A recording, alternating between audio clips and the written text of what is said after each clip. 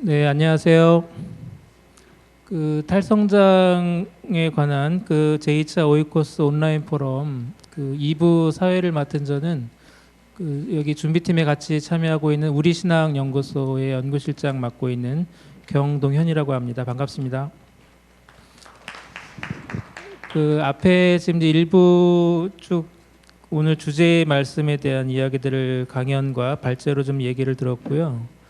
저희가 작년 10월 달에 1차 포럼을 하면서 기후위기 문제하고 불평등에 관한 주제로 10월 달에 1박 2일이 아니고 이틀에 걸쳐서 이제 저희가 모임을 하고, 올해 탈성장에 대한 얘기를 주제로 잡으면서 이제 코로나가 중간에 겹치면서 이 주제에 대한 이야기가 훨씬 더 저희 체감적으로 이렇게 더 와닿는 긴급한 주제라는 생각이 좀 듭니다.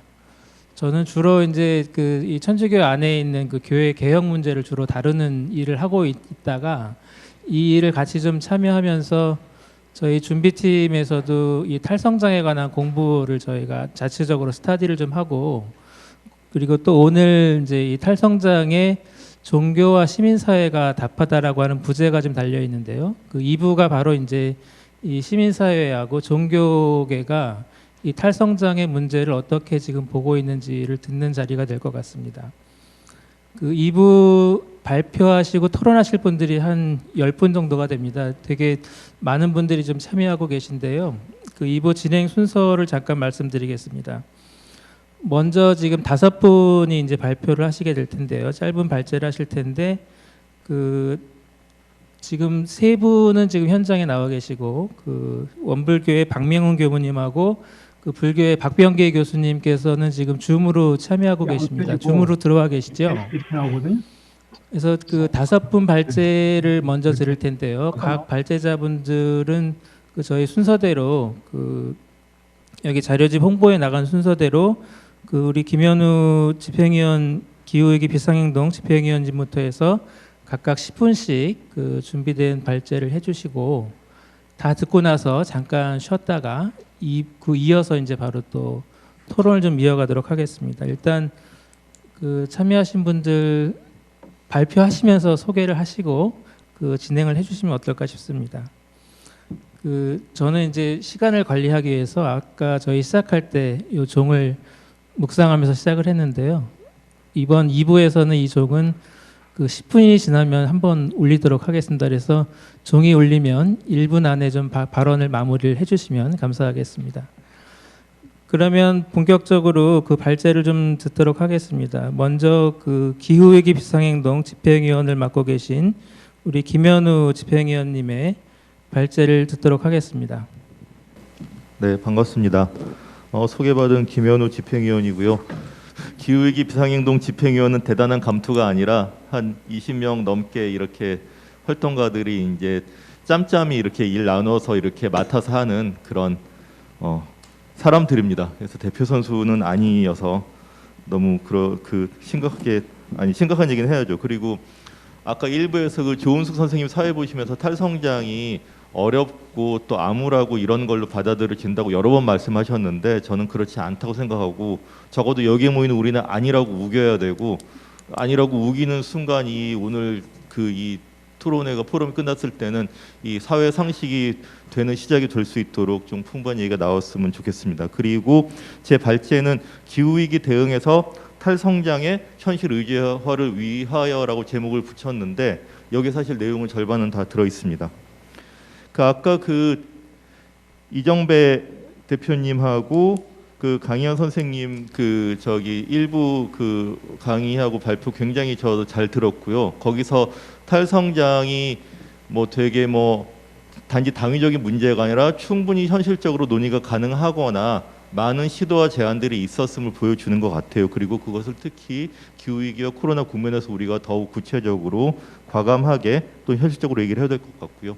근데 공유 화면에서 보시듯이 중요한 사회적인 위기 또는 경제 위기가 있을 때마다 온실가스 배출량이 줄었었죠. 줄었다가 이내 반등을 했습니다. 1920년경에 스페인 독감 때도 그랬고 세계 대공황 때도 그랬고요.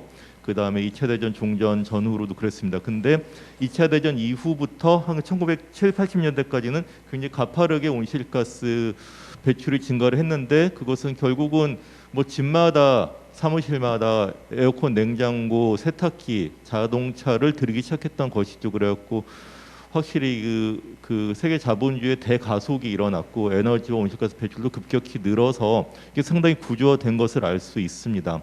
그리고 코로나 상황으로 인해 올해 온실가스 배출이 5%에서 10% 정도 줄 것으로 예상이 됩니다만 이게 그 수송하고 그 제조 부분에서는 줄지 이게 그 전력 생산이나 뭐 빌딩이나 토지 이용에서 사실 그다지 줄지가 않고 있습니다. 근데 우리가 파리 협정 2도 또는 1.5도 목표를 위해서는 전 세계적으로 매년 그 7, 8%씩 구조적으로 2030년, 2050년까지 줄어가야 되는 것이죠.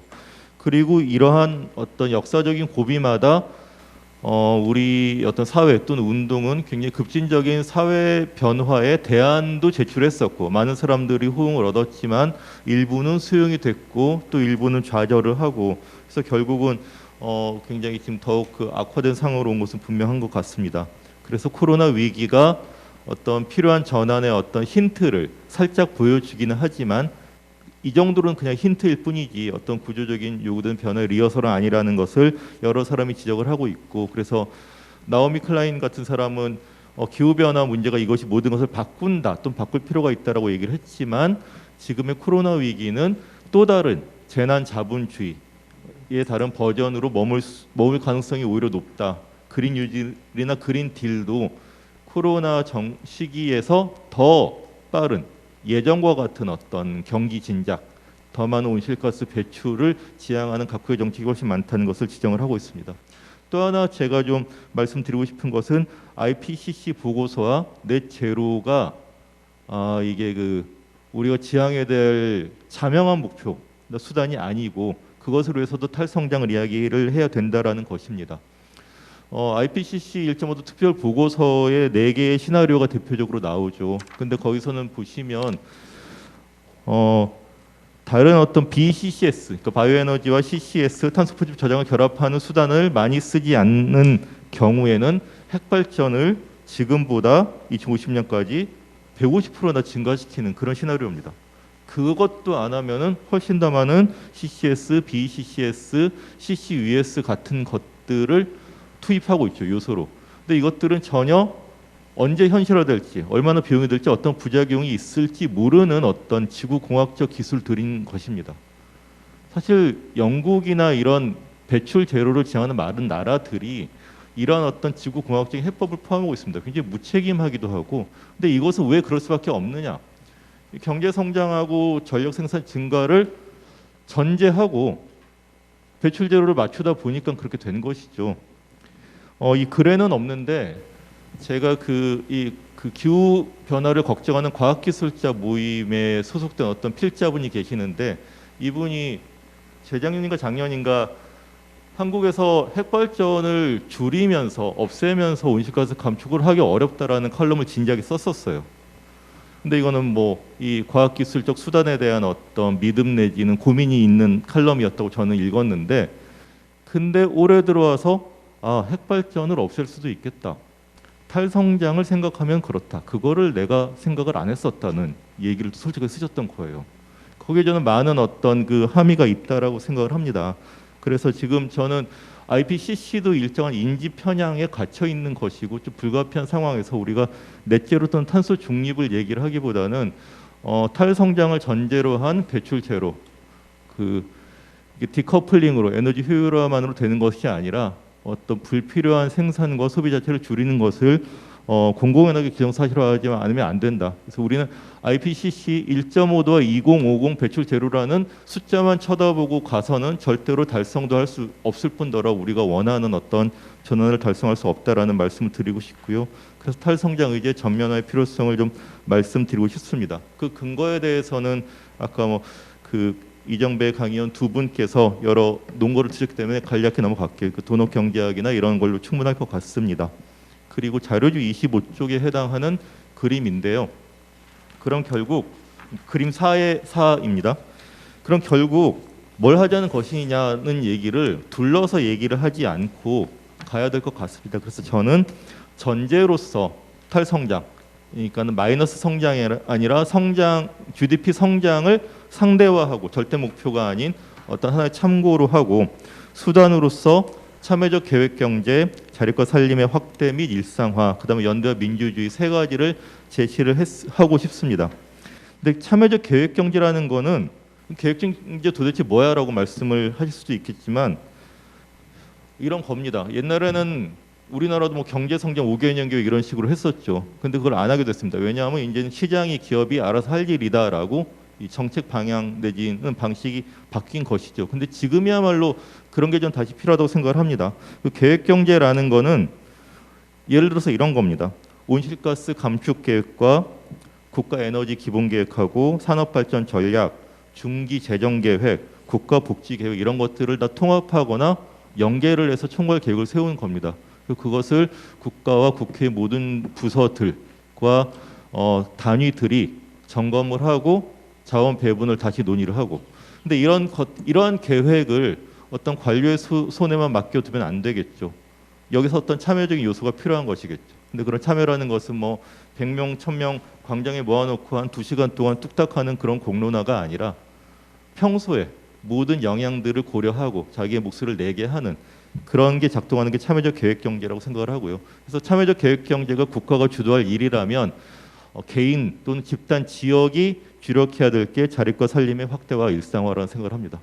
그러니까는 지금의 세계화된 시장 경제로부터의 의존을 최대한 줄이고 에너지와 자원과 먹거리를 자립을 하고 어떤 회복력을 키우는 그런 방식인 것이죠. 그리고 그 사이를 채우는 것이 관계 과정으로서 연대와 민주주의일 것 같고요. 그게 이제 정의로운 전환의 원칙이 굉장히 다양한 전환의 프로그램으로 강구되고 실행되어야 되겠죠.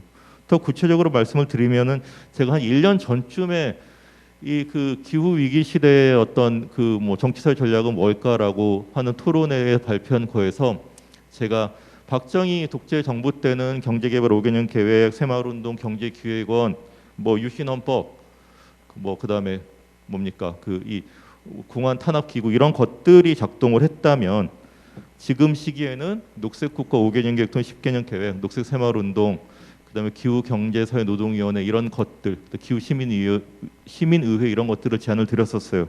근데 그때는 녹색 새마을운동 하니까 사람들이 대부분 막 구리다. 이게 뭐냐?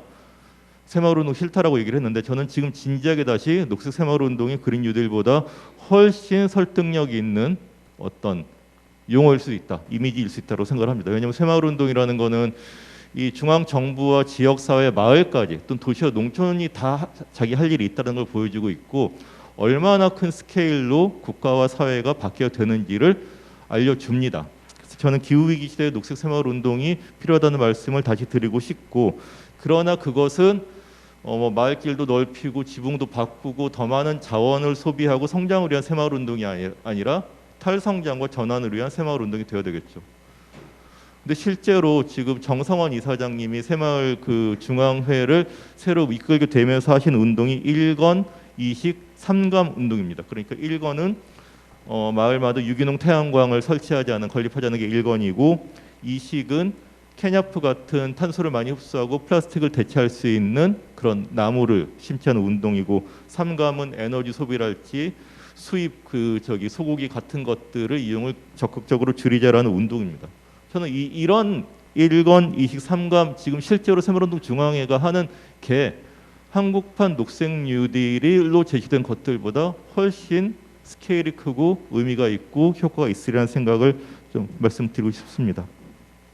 근데 여기서 그 다음에 그 실제로 프로그램으로 들어가야 될 것은 이 기본소득과 기본 서비스의 보장이랄지 노동시간 단축, 아까 그런 것들은 그 강연 선생님이 소개해준 그런 어떤 주장들에 충분히 담겨 있는 것 같습니다. 그런데 결국 우리가 고민해야 될 것은 한국의 특수성일 수도 있겠죠. 압축적 경제 성장과 근대화의 결과로 극단적인 속도와 경쟁 논리가 상식화되어 있고요.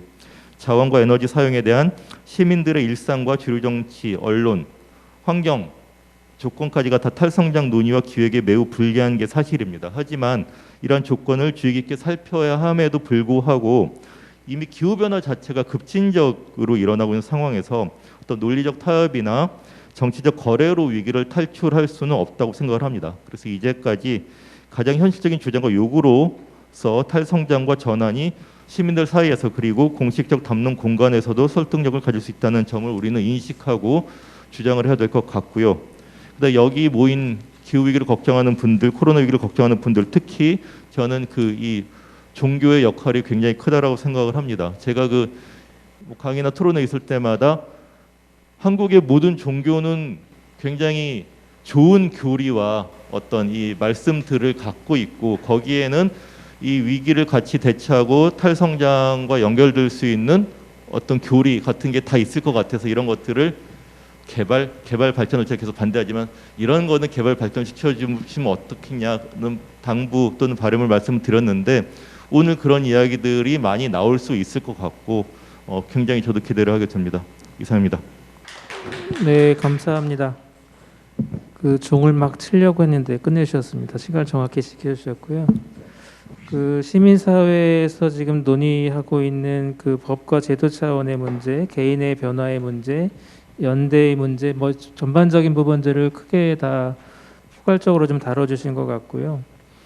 요거 기억하면서 이제 본격적으로 종교별로 발제를 좀 들어보도록 하겠습니다. 먼저 저희 순서가 원불교 사직교당의 박명훈 교무님 순서인데요. 지금 줌으로 참여하고 계십니다. 그래서 지금 연결이 돼 있죠.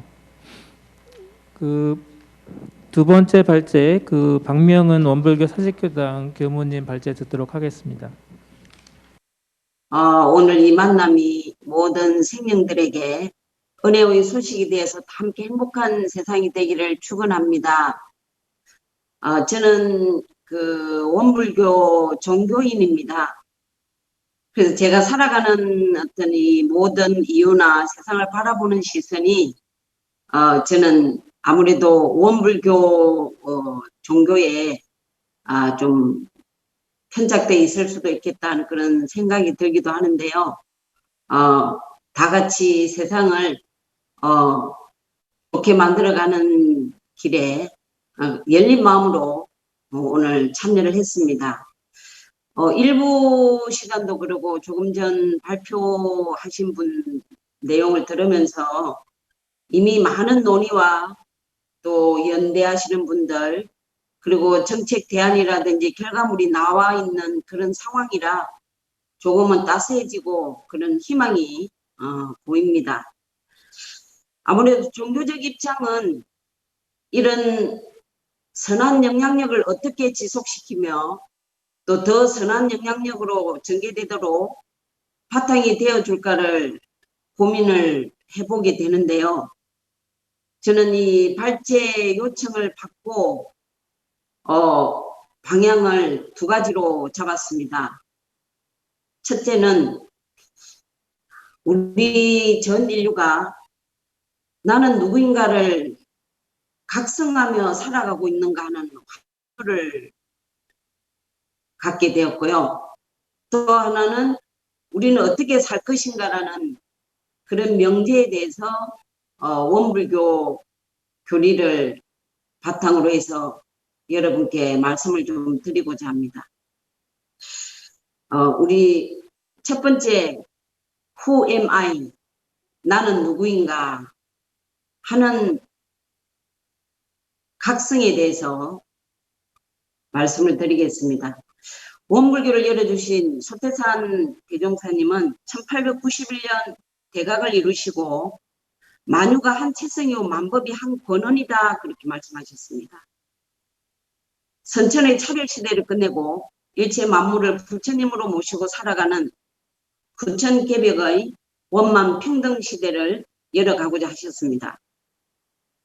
즉, 이 세상의 모든 생명은 서로 없어서는 살 수 없는 관계에 있으며 하나의 근원으로 연결되어 있다는 근본 정신을 바탕으로 물질이 개벽되니 정신을 개벽하자 하셨습니다. 우리가 살아가는 이 세계를 우주 만물이 생성의 바탕을 이루고 있는 하나의 세계로 바라보셨어요. 우주 만물 삼라만상이 없어서는 살 수 없는 은혜의 관계로 연결되어 있다 하셨습니다. 우리가 비록 삶의 모습은 서로 다르지만 공존하고 있다는 말씀입니다. 우리가 지금 현재 살아가고 있는 이 세상에서 일어나는 모든 일들이 둘이 아닌 하나의 관계로 연결되어 있다는 말씀이시죠. 그래서 모든 생명이 서로 없어서는 살 수 없는 생명적 관계라는 깨달음은 모든 존재를 존중하고 배려하고 돌보게 합니다. 무생명이 나와 함께 살아가고 있고 근본적으로 하나로 연결된 관계망에 함께 있다는 이 우주적 관점은 오늘 우리가 만나는 모든 생명체마저도 존귀한 존재가 되어 나와 둘 아님을 느끼게 될 것입니다. 즉 나이면서 동시에 타인과 다른 생명과 둘이 아닌 존재로서의 나를 각성하면서 살아가고 있는가 하고 바라보자는 말씀입니다. 우주 만물과 공감하는 그 마음이 우주 만물과 내가 둘이 아닌 나로 살아가는 모습입니다. 서로가 없어서는 살 수 없는 은혜의 존재로 바라보고 자각하면서 살아가는 세상은 모두가 함께 잘 살자는 세상이에요.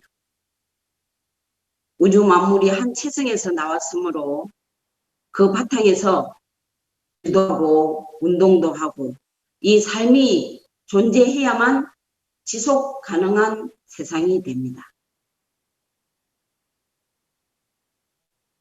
여러 단체와 연대를 하면서 일어나고 있는 많은 대안과 결과물들이 이러한 하나의 연결선상에 있다는 나와 만물이 둘이 아니라는 이런 선한 영향력이 바로 우리가 가고자 하는 이 탈성장의 탈종교의 시대를 인도해 줄 것입니다. 만생명과 내가 둘이 아님을 자각하면서 만생명과 공존하려는 삶의 모습이 우리 모두가 함께 사는 세상을 만들어 갈 수 있습니다. 두 번째 화두는 우리는 어떻게 살 것인가 하는 화두입니다. 우리가 살아가는 세상은 물질 문명의 발달로 과거의 산업혁명과는 비교할 수 없는 빛의 속도로 인류에게 편리를 제공하고 있습니다. 그러나 그 편리함 뒤에는 부정적인 측면들이 많이 있습니다. 지식의 유효기간은 날로 짧아지고 있고요. 예기치 못한 사고로 일상생활 전체가 마비되는 위험도 많습니다. 이렇게 물질 문명이 발달된 시대에도 실업 문제나 생계와 관련된 기본적인 문제들이 여전히 해결이 되지 못한 채 남아 있습니다. 물질 문명의 발달로는 해결되지 않는 인간의 문제, 생태계 위기 시대에 우리는 어떻게 살 것인가라는 질문을 던져봅니다. 소태산 대종사님께서는 100년 전에 이미 오늘을 전망하시면서 물질이 계백되니 정신을 계백하자며 모든 물질 문명을 선용하기 위하여 그 구하는 정신과 사용하는 정신을 바로 세우자 하셨습니다. 정신을 계백하자는 것은 도학 문명을 발전시켜서 사람이 정신의 힘을 양성하고 과학 문명을 올바른 방향으로 자유자재하게 부려써서 인류가 행복하게 살자는 것입니다. 도학 문명과 과학 문명이 서로 파탕되고 조화를 이루어야 원만한 참 문명이 이룩될 수 있을 것 같습니다. 이 세상에 아무리 좋은 물질과 지식과 기술이 있다 하더라도 사용하는 마음이 바르지 못하면 도리어 악용되어 공중에 해독을 주고 제업을 돕는 그 실제를 우리는 지금 마주하고 있습니다. 가치가 전도된 현상의 모습들이죠. 그래서 이 가치를 바로 세우는 것이 정신 개벽을 하는 것입니다. 원불교에서는 천만 물질을 활용하는데 그 마음을 어떻게 활용하느냐에 따라 이 세상이 좋은 세상으로 나아갈 수도 있고 낮은 세상으로 변하기도 한다고 바라봅니다. 그래서 우리가 자리이따로 모든 것을 선용하는 마음의 주인이 되어야 된다 하고 이야기합니다. 세상에 전염병이 만연되어 있는데 나 혼자만 그 병에 걸리지 않을 수 있는가? 밥 한 톨에 우주가 내재되어 있는데 그것을 소홀히 생각할 수 있는가? 쏟아지는 햇볕 한 줌이 만물을 살리고 난민들의 삶을 위로하는데 그 은혜를 우리는 알고 있는가? 양치를 하면서 무심코 틀어놓은 수돗물 한 컵이 한 사람의 목마름을 해소할 수 있는데 그것을 소홀히 할 수 있는가? 어떤 마음을 갖고 하느냐가 굉장히 중요합니다. 평화로운 마음, 만물과 둘이 아닌 마음, 내 삶이 우주와 연결되어 있다는 자각의 삶, 감사의 마음이 좋은 세상을 만들고 건강한 세상을 만들어갑니다.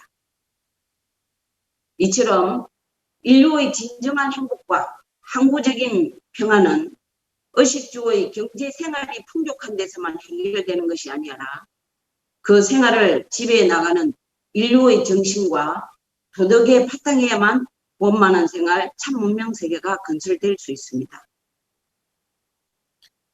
원불교를 개교하신 소태산 대종사님께서는 우리는 없어서는 살 수 없는 은혜 속에서 살아가는 공생, 공영의 삶을 살아가고 있다 하셨습니다.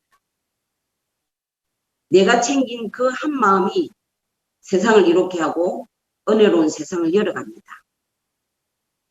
요즘 원불교는 덜 개발하고 덜 만들고 덜 사용하자는 3들 운동에 함께 하고 있습니다. 이만하면 충분하다. 함께 나누는 그 공유의 개념이 어쩌면 지금 우리가 함께 살아가고자 하는 모습일 겁니다. 마음의 중심을 세우는 것, 마음의 힘을 가지기 위해서 우리는 수행을 하고 적봉의 삶을 살아갑니다. 마음이 중요합니다. 마음이 바뀌면 모든 것이 바뀝니다. 물질 개벽 시대에 살아가는 우리들에게 정신개벽의 주인공이 되는 길이 바로 우리가 지금 해결해야 할 가장 급하고 가장 중요한 일인 것 같습니다. 종교적인 모든 선한 영향력으로 우리 세상이 더 밝아지고 행복한 세상으로 만들어가기를 염원을 드립니다. 감사합니다. 네, 감사합니다. 우리 박명은 교무님 말씀 듣다 보니까 천주교의 회칙하고 가르침하고도 꽤 많은 부분이 상통하는 것 같습니다. 2015년도에 프란시스코 교황께서 발표한 회칙이 있는데 산미바드 소서라는 회칙에 또 지금 정신개벽하고 똑같은 표현은 다르지만 이 생태적 회개라고 하는 표현이 있는데요. 지금 말씀하셨던 내용들이 큰 맥락에서 다르지 않은 얘기를 하고 있다라는 느낌을 좀 받았습니다.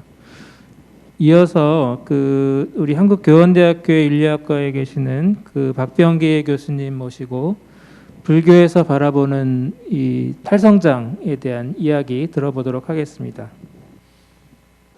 처음 기조발제하셨던 이정배 선생님 말씀처럼 우리 사회에서 종교에 대한 기대도 있고 또 한편으로는 경멸도 있고 그렇습니다.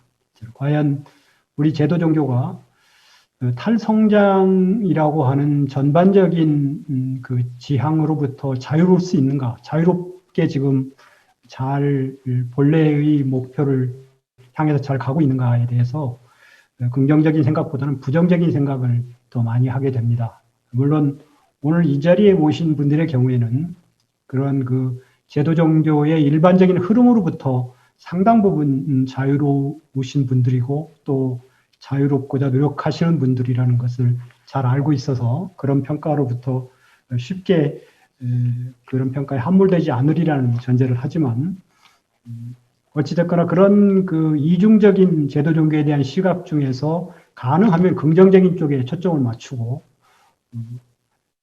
또 그 다른 말씀 중에 과연 이 탈성장이라는 말이 우리에게 가져다 주는 현실적인 어떤 느낌 같은 거, 그것은 분명히 가야 할 목표이지만 또 한편으로는 그게 되겠어 하는 일종의 절망감, 좌절감 그런 것을 함께 가져다 주는 개념이기도 합니다.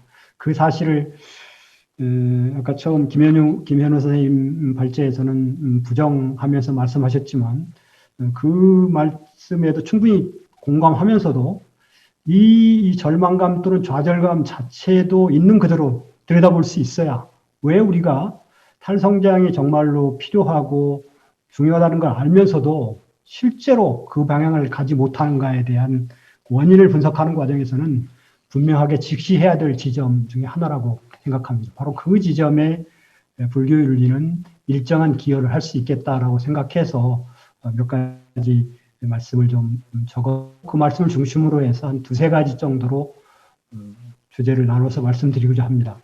첫 번째는 탈성장이라는 것이 과연 무엇이냐라는 원론적인 말씀인데 간략하게 말씀드리면 탈성장은 기본적으로는 경제적인 개념이죠. 그런데 우리 경제가 자본주의 기반으로 정착되고 움직이기 시작하면서 사실 자본주의 기반의 경제 속에서 탈성장을 얘기하는 것은 저는 그걸 형용모순이라고 표현했는데 거의 형용모순이나 마찬가지입니다. 자본주의는 성장이 되지 않으면 그 자체로 끝나버리는 체제이기도 하거든요.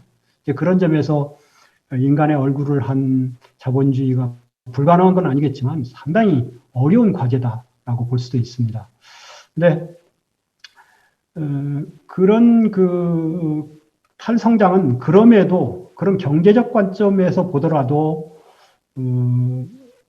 어떤 방식이든지 이제 벗어나야 될 어떤 일종의 목표라고 볼 수 있다면 또 다른 의미는 탈성장은 기본적으로 그런 면에서 윤리적 과제라는 것입니다. 윤리적 과제라는 것은 현실 속에서 사실의 차원에서는 쉽게 구현되지 않는 것이기 때문에 그것이 윤리적 과제로서 우리한테 다가오고 그런 점에서 탈성장은 기본적으로는 경제적 과제이면서 윤리적 과제다라는 말씀을 드리는 것으로 첫 번째 이야기를 마치고 두 번째로는 우리가 그런 그 성장을 지향할 수밖에 없는 자본주의 체제에 살고 있으면서도 탈성장으로 가지 않으면 안 되는 두 가지 차원의 위기와 직면하고 있다라고 얘기할 수 있겠습니다. 우리가 잘 아는 것처럼 한편으로는 그게 자본주의 성장이 우리들에게 상당히 많은 그 외적인 풍요,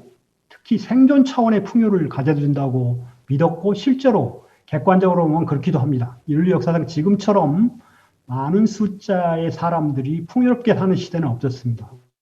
불평등 지수가 지속적으로 또는 급격히 심화되면서 지구 전체의 부가 특정 20대 80, 뭐 심지어 10대 90 이렇게 나뉘는 것처럼 점점 더 그 빈부격차가 점점 더 심화되는 상황으로 가고 있긴 하지만 최소한 외적으로 보면 생존 자체는 상당 부분 보장되는 체제가 자본주의적 성장 체제였습니다. 그런데 그것 자체마저도 위기에 처한 것이 아닌가라는 느낌들을 주고받고 있다가 우리에게도 직접적으로 다가온 것은 저는 두 가지라고 생각합니다. 하나는 미세먼지였고 그다음에 두 번째는 코로나19 바이러스입니다.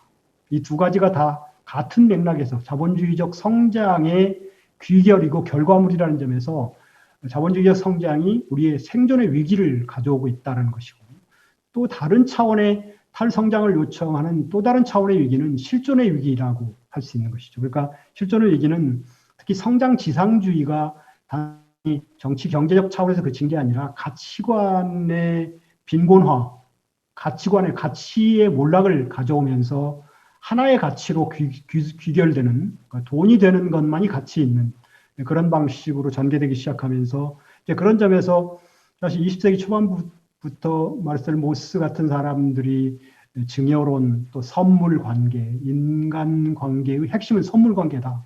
그것에 토대를 두고 이루어져야 된다라는 그런 외침들이 없지 않았지만 그 소리들이 너무 작고 미미해지면서 21세기를 우리가 맞게 됐습니다. 실제로. 그러니까 그런 점에서 특히 우리 도덕 생활 자체 그 30쪽에 제가 마르셀 모스의 증여론을 잠깐 인용해 본 것이 있는데 우리 도덕 생활 자체의 상당 부분은 언제나 의무와 자발성이 혼합된 증여의 분위기 속에 있다.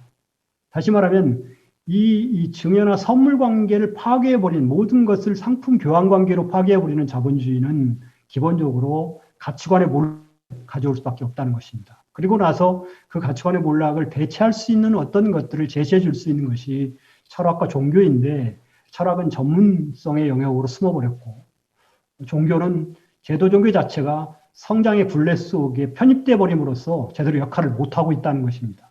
그런 것들이 구체적으로는 자살률의 확대라든지 급속한 확대라든지 아니면 만연된 우울증이라든지 이런 방식으로 나타나고 있고 더 이상 성장해서는 안 되는 성장을 더 이상 끌고 갈 수 없는 그런 위기와 마주하고 있다는 것이 우리가 분명히 봐야 될 현재의 과제라고 생각하고 그런 것들에 대해서 불교 윤리의 토대를 두고 생각해 볼 수 있는 대안은 대체로 보면 세 가지입니다. 첫 번째는 불교는 와서 보라. 있는 그대로 보라. 과장하지도 말고 그렇다고 축소하지도 말고 있는 그대로 보라. 사실 그동안 환경론자들 또는 생태주의자들이 일정 부분 일정한 정보를 과장한 면도 있었습니다. 그런 것들이 마치 그 늑대 소년의 그런 것처럼 그 작은 어떤 전략적인 선택이 결과적으로는 사람들에게 불씨를 가져다 주게 했거든요. 있는 그대로 보라. 현재의 위기를 탈성장을 할 수밖에 없는 현재의 위기를 있는 그대로 보자라고 하는 여실직연의 지혜라고 하는 것이 있습니다. 그런데 이제 이 여실직연의 지혜를 발휘하기 힘든 것이 뭔가 하면 제가 그 십지경이라는 불교 경전에서 오리지널 화엄경이라고 하는 초기 경전입니다. 경전에서 제가 인용한 부분이 있는데 그걸 있는 그대로 보고 싶어도 중생의 삶에 따라 혼습되는 특성을 있는 그대로 보기가 정말 어렵다는 것입니다. 이게 독일 그 종교사회학자 피에르 부르디에 부르디에 같은 경우는 특히 아비투스라는 개념으로 일상 속에 굳건하게 자리하고 있는 우리들의 일상적 습관을 지적하고 있습니다. 그런 것들이 이제 불교의 훈습 개념과도 통하는 것인데 그것이 정말로 위기이고 정말 힘든 것임을 알면서도 중생의 삶 속에는 훈습이라고 하는 것이 갖는 힘이 너무 커서 그걸 제대로 인식하지도 못하게 하고 그 다음에 인식하지를 제대로 못하고 그냥 대충 인식하는 것좀 하니까 그게 중요한 줄 알지만 내 삶을 바꿀 수는 없어. 내 삶의 편안함을 바꿀 수는 없어. 이런 방식으로 전개되게 된다는 것이죠. 이제 그런 점에서 여실직연의 지혜를 제대로 갖게 하는 노력들이 공동으로 이루어져야 되고 그 다음에 그것은 동시에 나 자신의 삶에서부터 출발하는 나 자신의 일상에서부터 출발해야 한다는 것입니다. 이른바 불교적 개념으로는 찰나의 실천이라고 해요. 지금 이 순간이 중요한 것이죠. 지금 이 순간의 실천부터 시작해야 된다는 것입니다. 찰나의 실천과 동시에 나 개인이 개인으로서 존재할 수 없다는 영기적 존재론에 따르면 기본적으로 연대라고 하는 것은 필연적이고 피할 수 없는 어떤 윤리적 과제이기도 합니다. 연대해야 되는 것이죠. 나 혼자의 실천만 가지고는 할 수 있는 게 한계가 있습니다. 그것이 출발점은 이루지만 나 자신이 고립된 존재자가 아니기 때문에 나와 관계되어 있는 사람들과의 적극적인 연대를 모색해야 된다는 것입니다. 그걸 요약하면 찰나의 실천과 연대 그렇게 아마 얘기할 수 있을 것 같습니다. 그리고 이제 그런 연대를 이루는 과정에서 오늘 우리 모임의 의미를 좀 더 부여하고 싶은 것은 아까 처음 말씀드렸던 것처럼 그래도 일종의 제도 종교에 대한 경멸과 기대가 동시에 존재하는 상황 속에서 우리들은 그래도 기대 쪽에 희망을 거는 사람들입니다. 그렇게 본다면 그리고 또 그런 기대를 할 수 있게 만드는 중요한 요인은 종교를 갖고 있는 것은 중요한 행동의 동기를 제공할 수 있는 힘이 있다는 점에서 그렇습니다. 그것은 다른 표현을 얘기하면 만약 불교도로 초점을 맞춘다면 여실직연의 지혜를 갖는 데에 진정한 불교도들은 좀 더 유리한 위치에 있을 수 있다는 것이 또 있어야 되는 거죠, 사실은.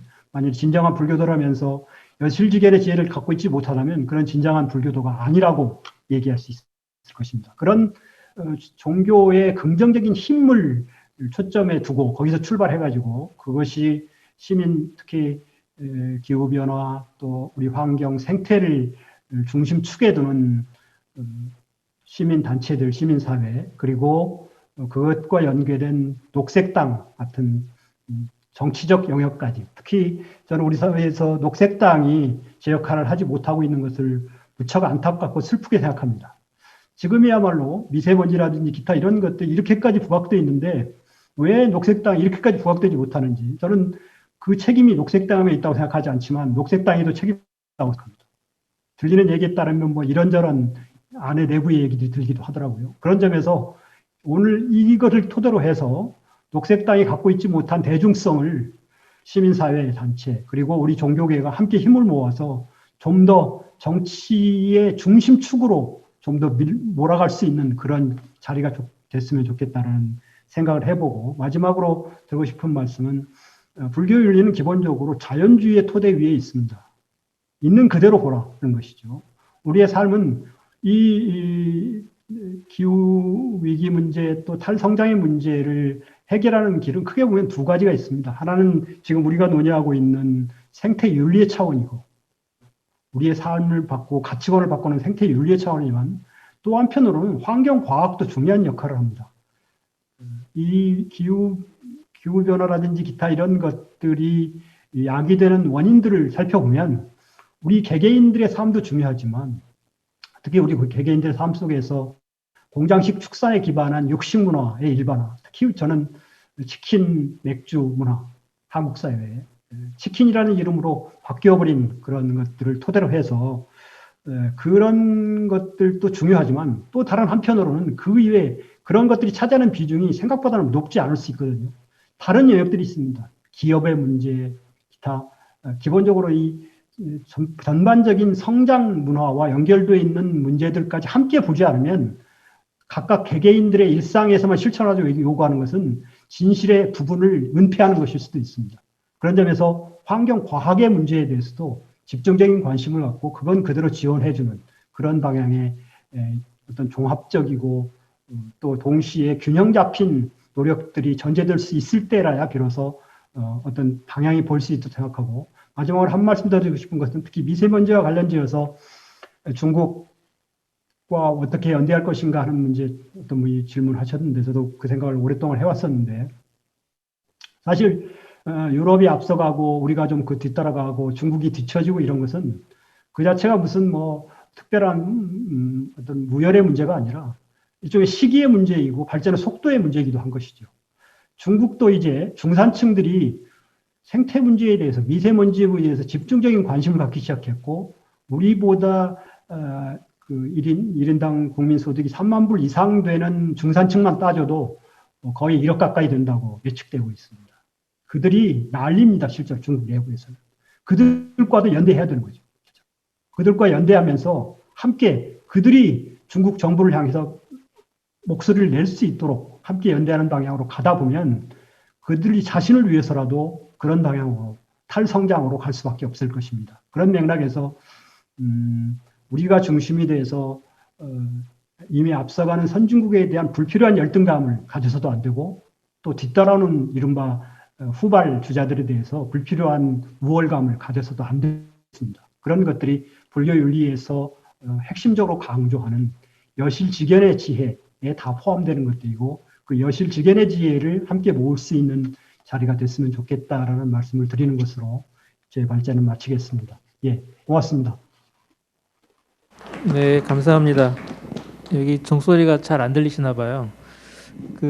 지금 불교 발표해 주셨는데 아마 많은 종교가 비슷하게 갖고 있는 고민인 것 같아요. 탈성장과 관련해서 이 경제적 차원보다는 윤리적 차원에서 종교계에 더 요구되는 어떤 의식 전환의 문제, 이와 연결된 그 실천의 문제에 대한 이야기들이 조금 더 이제 강조점을 두고 말씀해 주신 것 같고, 시민사회에 대한 이렇게 재원 요청까지 이렇게 더 추가적으로 말씀을 좀 해주셨습니다. 다음으로는 저희 안성영 목사님이신데요. 기독교 대한감리회 사랑교회 담임 목사님으로 계시는데요. 발표 주제가 탈성장과 내일의 기독교회라는 주제로 발제문을 준비를 하셨습니다. 목사님 발표해 주시기 바랍니다. 네, 반갑습니다. 저는 서울의 자그마한 교회에서 목회를 하고 있고요. 교파는 감리교파입니다. 근데 사실 제가 여기 나오고 보니까 잘 나온 건가 하는 의심이 드는 게, 개신교는 원체 이렇게 이 교파나 분파나 또 거기에 속하지 않은 소종파들이 굉장히 많기 때문에 제가 교회 일반을 대변하는 건 아니고요. 다만 제가 생각하고 제가 하고 있는 목회 현장의 이야기를 중심으로 말씀드린다는 걸 충분히 좀 감안해 주시고 들어주셨으면 좋겠습니다. 이 코로나를 어떻게 볼 것인가, 코로나가 우리에게 던져준 것에 대해서 반응하는 다양한 측면들이 있는데, 그걸 어떻게 보느냐에 따라서 교회의 미래, 기독교의 미래가 저는 확연히 달라질 것이다, 이렇게 보고 있습니다. 코로나가 가져준 좀 긍정적인 측면을 살펴보자면, 교회가 시민 속으로 혹은 지역 속으로 들어갈 수 있는 좋은 기회다. 사실은 깨어있는 시민이 교인의 구성원일 수 있을까? 또 깨어있는 시민과 교회가 양립할 수 있을까? 이런 질문들을 좀 더 심각하게 해야 될 것 같고요. 지역 속으로 교회가 들어간다라고 하는 때 이 지역은 우리가 글로벌에 조금 대체되는 개념의 로컬의 의미를 담고 있기도 하지만, 종교나 교회가 지역의 공동체 안에 있어야 된다라고 하는 그 두 발의 지점이 땅을 디디고 자기가 있는 현장에 발을 디디고 서 있어야 된다라고 하는 점에서 저는 지역을 더 강조하고 싶습니다. 왜냐하면 앞에서 여러분들이 많이 말씀하셨지만 경제 양극화나 교육 격차나 이런 것들이 아주 심각하고, 또 교회가 사회에 대한 차별, 교회 내에서의 차별과 혐오, 이런 것들이 만연한 사회로 되면서 교회의 역할이나 본 모습이 더 요구되는 때이기 때문에 저는 긍정적으로 교회가 바라봐야 될 측면이 상당 부분 있다고 생각합니다. 그렇지만 이 국면을 부정적으로 바라볼 수밖에 없는 사람들은 성장주의에 대한 입장을 취하고 있는 사람들에게는 매우 불안하고 교회의 미래가 불투명한 그런 모습으로 바라보는 것 같습니다. 사실은 앞에 분들이 다 성장주의와 성장론에 대한 이야기는 다 거의가 동의하시는 부분이지만, 환경 분야에서 일찍 이야기해 왔고, 62년도에 레이첼 카슨이 침묵의 봄이라고 하는 책에서부터 시작해서 아주 지구의 위기에 대한 경고들은 해왔습니다. 그리고 로마 클럽 보고서도 성장이 무한히 지속될 수 없다라고 하는 이야기들은 해왔지만, 또 2000년대 들어서 경제 성장에 따른 경제 파국을 초래한 여러 사태들이 있을 때마다 사실은 그냥 돈에 돈으로 막는 이런 자본주의 시스템에 아무런 문제를 느낄 수 없었고 그대로 지속되어 왔지만, 이제 이 코로나가 준 국면들은 더 이상 거스를 수 없다, 이렇게 여겨지고 있습니다. 경제 사제들, 이 경제 사제들의 신조와 종교 권력이 합작했다, 저는 그렇게 보고 있습니다. 그래서 교회의 성장의 재미를 특히 한국 사회 속에서는 많이 보아왔죠. 대표적인 예로 거대한 메가처치라고 하는 거대 교회들이 한국 사회처럼 이렇게 즐비하고 짧은 시간 동안에 부흥한 예들은 유례 없습니다.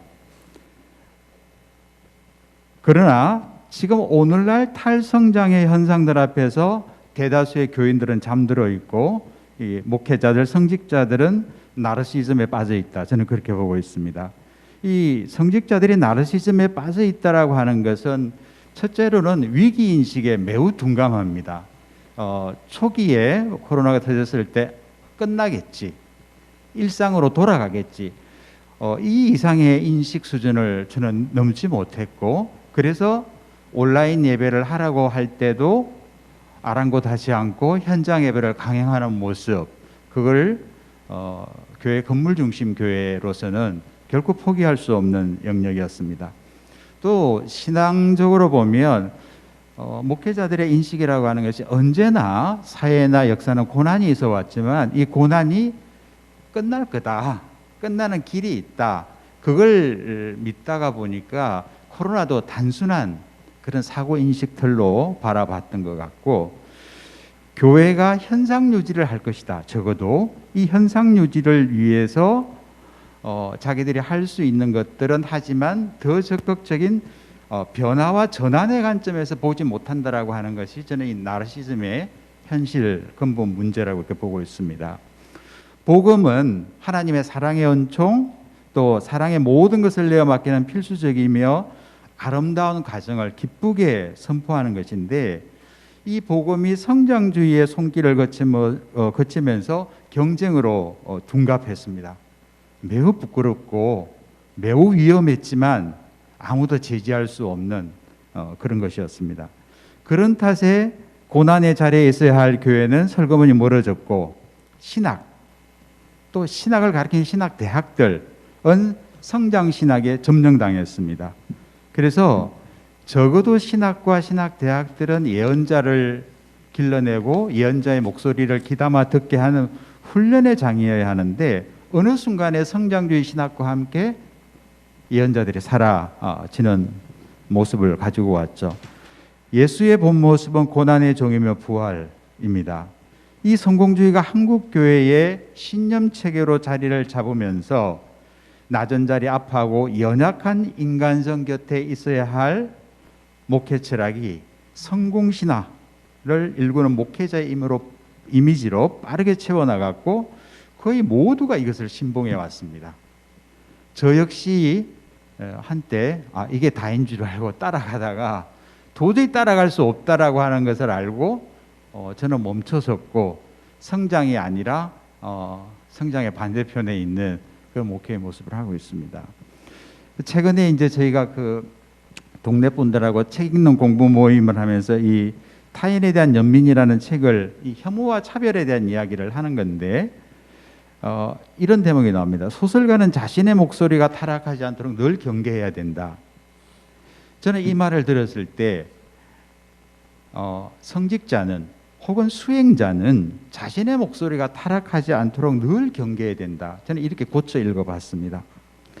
물론 성장 자체를 나쁘게는 볼 수 없겠죠. 성서에서 성장의 언급들이 대단히 많고, 특히 창세기 9장에 보면은 생육하고 번성하고 땅에 충만하라, 이런 이제 말이 나옵니다.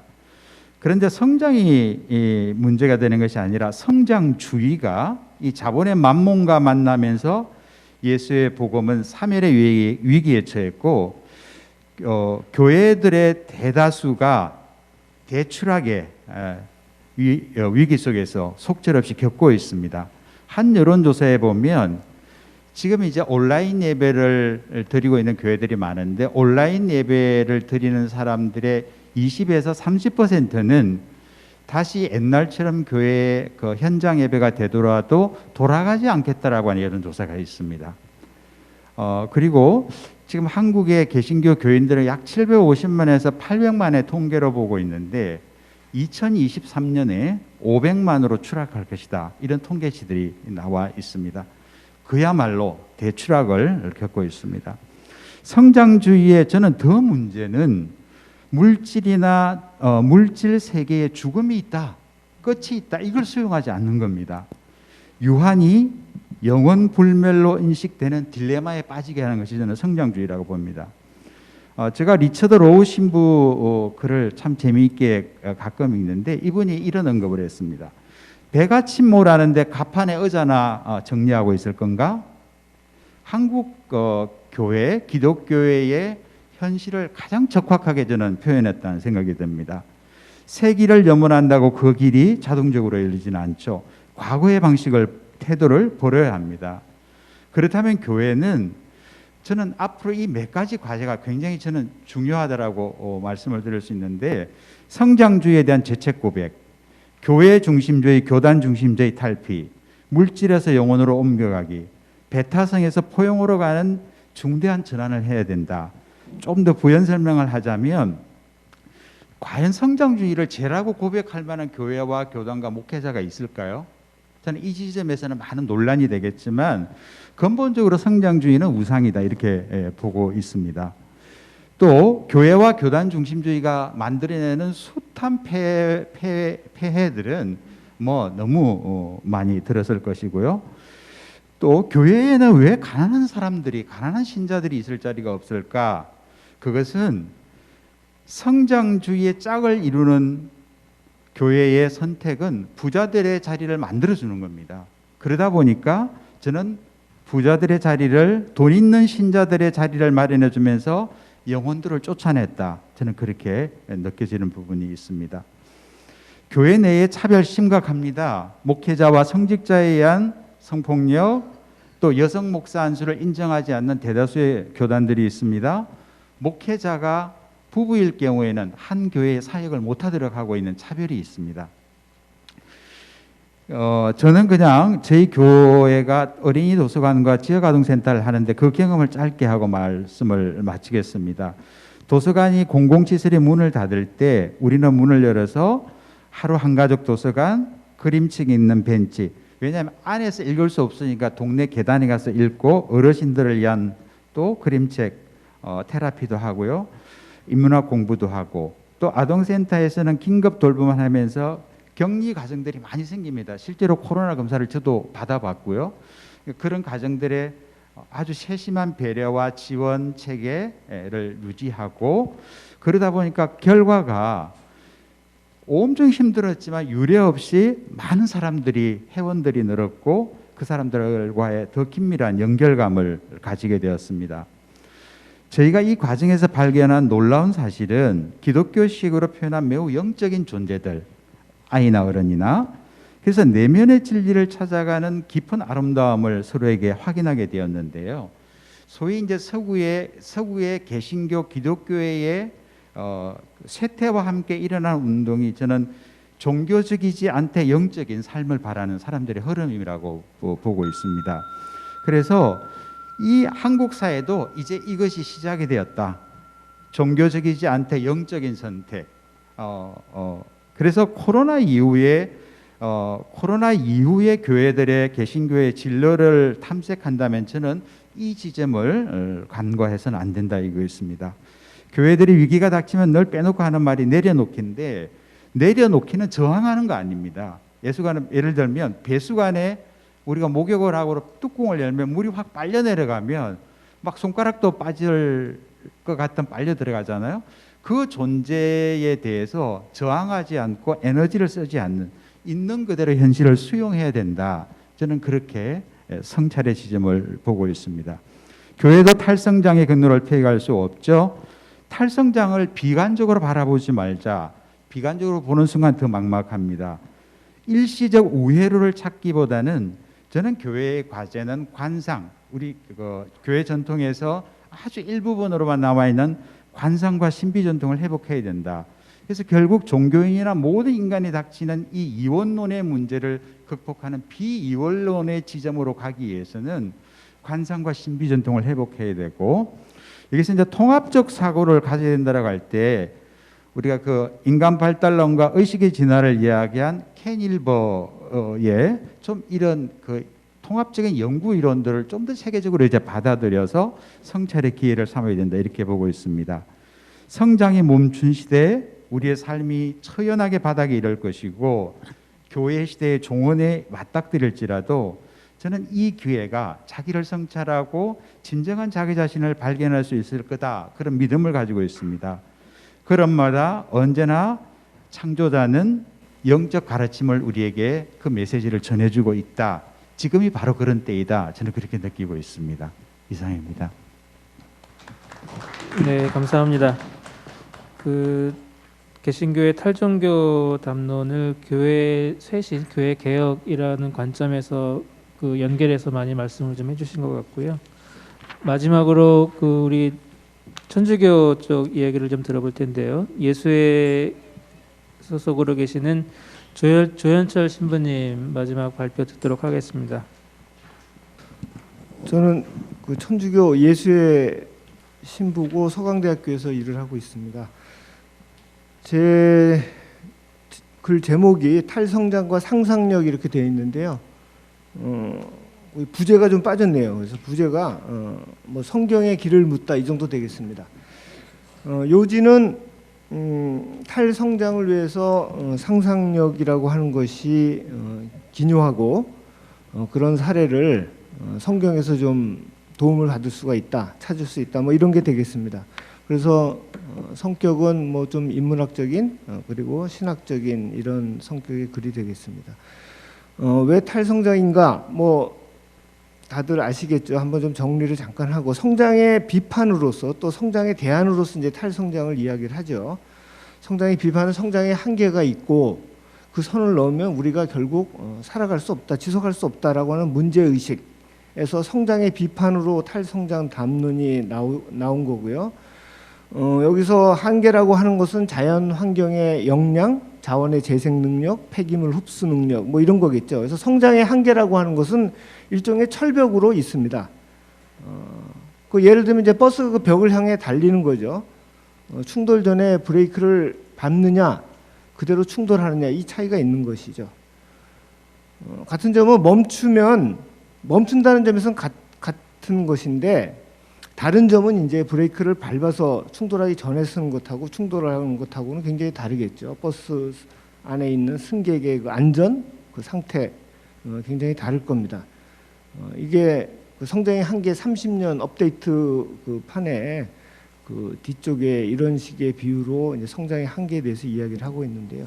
또 다른 맥락은 성장의 대안으로, 그러니까 성장의 한계와 상관없이 성장으로는 좋은 삶을 우리가 이룰 수 없기 때문에 성장의 대안으로 이제 탈성장 담론이 나왔다. 그러니까 성장은 우리 행복, 삶의 만족감하고 일정 수준이 지나면 성장의 일정 수준 지나면 무관하다. 오히려 행복한 삶을 불가능하게 만든다라고 하는 그런 반성에서 나왔다고 할 수 있습니다. 좋은 삶이라고 하는 것이 사람과 사람의 관계, 사람과 자연의 관계에 좌우된다고 할 때 이 성장 경제, 성장주의라고 하는 것은 자연 파괴, 사회적 불평등 같은 것을 전제로 하기 때문에 좋은 삶이 불가능한 것이죠. 그럼 왜 상상력을 이야기해야 되는가?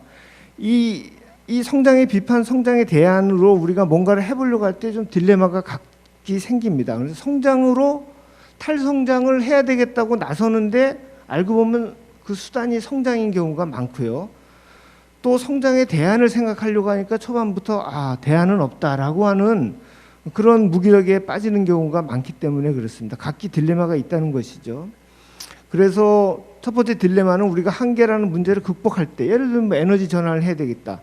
그 에너지 전환을 하는 방식이 또 다른 성장을 수반하는 경우가 많다는 거죠. 뭐 지금 한국판 뉴딜의 그린 뉴딜 같은 경우가 대표적인 케이스죠. 그래서 이 성장 이데올로기에 강력한 힘을 볼 수 있는 경우입니다. 둘째 딜레마는 대안을 생각하려고 하면 바로 대안이 어디 있어라고 하는 그런 주술이 우리의 힘을 빼버린다. 여기서도 성장 이데올로기에 강력한 그 힘을 보는 거죠. 그러니까 현재의 상황이나 체제가 좀 나쁘긴 한데 그 대안은 더 나쁠 거야라고 하는 그런 생각들이 우리를 사로잡고 있다. 딜레마입니다. 그래서 상상력이 필요하다. 우리를 더 다른 대안을 상상하지 못하도록 하는 그 힘을 벗어나기 위해서 이를테면 뭐 상상력의 탈식민화, 우리가 식민지화되어 있는 우리의 상상력을 갖다가 거기서 벗어나도록 해야 된다. 또 다른 말로 하면 우리가 자율성을 회복해야 되겠다. 뭐 카스토리아디스나 라투슈 같은 분들이 이야기하는 그런 맥락에서 보면 그렇게 이야기할 수 있을 것 같습니다. 그래서 오늘 우리의 현실이 예를 들면 무사고, 생각하지 않는 시대, 체념, 자율성의 상실, 타율성의 완벽한 지배, 이를테면 수능주의 뭐 이런 것들이 지배하는 시대. 현재 우리 대다수를 지배하고 있는 그런 상상계를 생각해 보면 뭐 대부분 무한한 팽창, 생산과 소비가 끝없이 늘어나는 끝없는 편리, 많을수록 좋다, 빠를수록 좋다. 이런 것에 빠져 있는 것을 볼 수가 있죠. 우리가 필요로 하는 모든 것은 사실 시작과 과정과 끝이 있는데 우리는 그 끝, 결과만 취하는 것에 너무 길들여져 있지 않는가. 다시 얘기하면 우리가 필요한 것이 많은데 전부 만들어진 것을 시장에서 얻는다는 겁니다. 과정이 다 생략돼 버렸어요. 그러니까 우리는 다른 얘기를 하면 상품에 포획되어 있는 겁니다. 그 밖에 다른 것을 상상할 능력을 상실해 버린 것이죠. 그러니까 우리가 먼저 깨버려야 될 것은, 탈성장을 위해서 깨버려야 될 것은 바로 이런 것들이다. 그럴 때 비로소 새로운 것을 우리가 시작할 수 있다. 그래서 그런 면에서 저는 여전히 농업이 정말로 중요하다.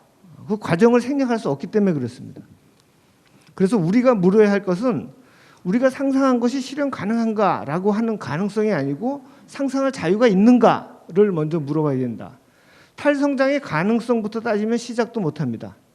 그럴 때마다 우리는 대안이 없다라고 하는 주술에 걸려버리는 것이죠. 그래서 우리가 가장 먼저 물어야 할 것은 우리가 처한 상황에서 진정한 역사적 새로움, 지금 현재의 그 역사에 기원을 두지 않는 그런 새로움을 상상하고 분명하게 제시할 수 있을 만큼 우리가 자유를 누리고 있는가? 그 자유를 누릴 수 있는 길은 무엇인가? 현실적인가를 묻는 게 아니고 우리가 진정 자유로운가를 물어야 된다. 뭐 근원적인 상상이라고도 할 수 있겠습니다. 성장 사회라고 하는 게 모습은 굉장히 획일적이죠. 탈성장은 그에 반해서 다양한 모습을 띌 수 있습니다. 그만큼 상상력이 또 중요한 것이죠. 다양한 대안 체제, 사고 방식, 삶의 양식을 뜻할 겁니다. 그렇지 않으면 제 생각에는 2050년에 탄소 중립을 우리가 이룬다고 해도 그 사회가 좋은 삶을 보장하는 것은 아닐 수 있다. 여전히 불평등, 억압과 착취는 계속 가능할 수 있다라고 하는 겁니다. 그래서 이제 성경을 좀 이렇게 성경의 길을 묻는다고 하면 성경의 이야기에서도 강고한 질서들이, 사람들을 억누르고 있는 질서가, 다른 것을 상상하지 못하도록 하는 질서가 있습니다. 대표적인 게 이제 이집트 제국 구약에서, 그 다음에 이스라엘 왕정, 솔로몬에서 절정이라고 하는 그 이스라엘 왕정, 그 다음에 예수님 시대의 로마 제국입니다. 그런 시대에 예언자가 했던 역할은 대안이 있다라고 이야기하는 겁니다. 현실을 비판하고 힘이 없죠, 예언자는. 그래서 함께 아파합니다. 고뇌하고 애통해야 합니다. 그래서 기존의 질서를 해체합니다. 그래서 대안의식을 제시하는 것이죠. 새로운 질서를 전망할 수 있도록 희망을 주는 게 예언자의 역할입니다. 출애굽이라고 그 구약에 나오죠. 출애굽의 그 모세가 바로 그런 예언자의 역할을 합니다. 그 이스라엘 사람들이 있던, 히브리인들이 있던 데가 이제 파라오가 권력을 쥐고 있는 이집트 제국, 그 제국의 신이 있죠. 그것은 바로 지배와 통제, 억압과 착취의 상징입니다. 이 출애굽이라고 하는 사건, 모세가 야훼 하느님의 이 명을 받아서 한 그 일은 억압과 불평등의 제국에서 자유와 평등의 나라를 상상하고 그것을 실행에 옮기도록 하는 겁니다. 평소에는 상상하지 못하는 겁니다. 또 십계명을 이제 그 시나이 산에서 출애굽하고 나서 십계명을 받는데 거기에 안식일 규정이 있습니다. 십계명을 주면서 하느님이 자기 자신을 소개하는 이야기가 이렇게 돼 있습니다. 나는 너를 이집트 땅 종살이하던 집에서 이끌어낸 주 너의 하느님이다. 너에게는 나 말고 다른 신이 있어서는 안 된다 그럽니다. 나 말고 다른 신, 이 다른 신은 이집트의 신입니다. 지배와 통제, 억압과 착취의 질서를 정당화하는 신, 일종의 제국의 이데올로기, 국가 이데올로기입니다. 그러니까 다른 신을 섬겨서는 안 된다는 것은 그 신이 정당화하고 있는 사회 질서를 만들지 말라, 수호하지 말라, 순종하지 말라, 그런 모든 행위를 배격하라, 거부하라는 뜻입니다. 탈이집트를 지속하라는 겁니다. 그리고 이어지는 안식일 계명을 보면 안식일을 지켜야 하는 이유 첫 번째, 안식의 하느님을 기억하라 이렇게 되어 있습니다. 그 얘기는 끊임없이 일하지 않아도 된다. 어떻게 보면 오늘날 산업자본주의 노동 간의 대안입니다. 착취를 근절하기 위한 기본 출발점이 되겠습니다. 또 다른 버전에서 보면 사회적 약자를 기억하라 이렇게 되어 있습니다.